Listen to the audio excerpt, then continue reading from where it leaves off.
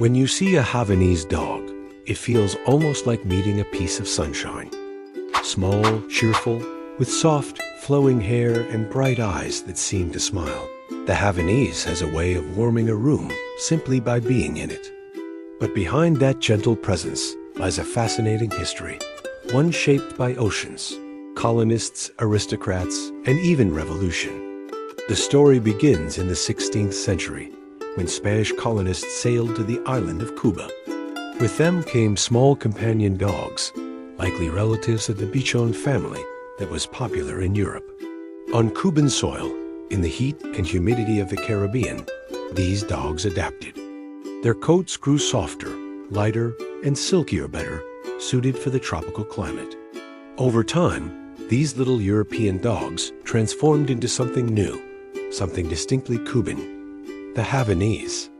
By the 18th century, the Havanese had captured the hearts of Cuba's upper classes. They were adored by wealthy families, merchants, and aristocrats in Havana, which is how the breed got its name.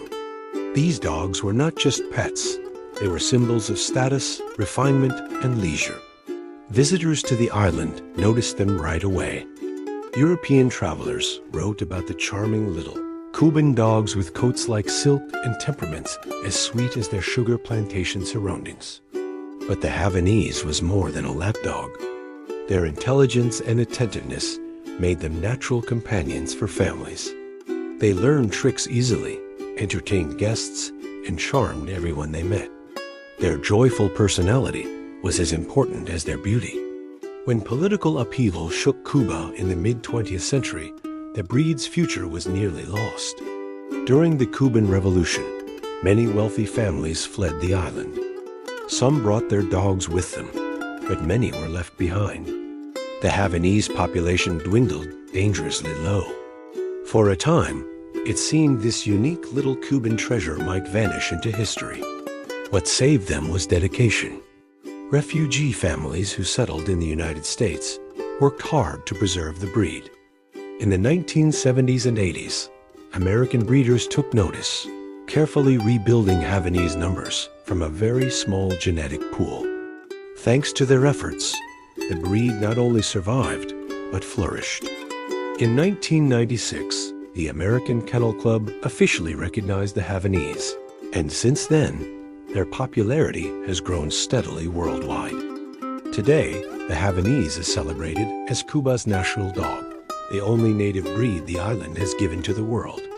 They remain true to their origins, affectionate, playful, eager to be close to their people. Their long, silky coats still hint at their tropical heritage, flowing and light. And their personalities, cheerful, clever, and endlessly loyal, make them perfect companions for families, singles, and seniors alike. From European ships to Cuban palaces, from near extinction to living rooms around the globe, the Havanese has traveled an extraordinary journey. They carry with them the history of an island, the resilience of survival, and the joy of companionship. And perhaps that is why being around a Havanese feels so special. They are not only dogs of beauty, they are dogs of endurance, of warmth, and of love. Their story reminds us that even the smallest companions can hold a legacy as rich as any history book. The Havanese is more than Cuba's national dog. It is a living symbol of charm, resilience, and joy, an island's gift to the world.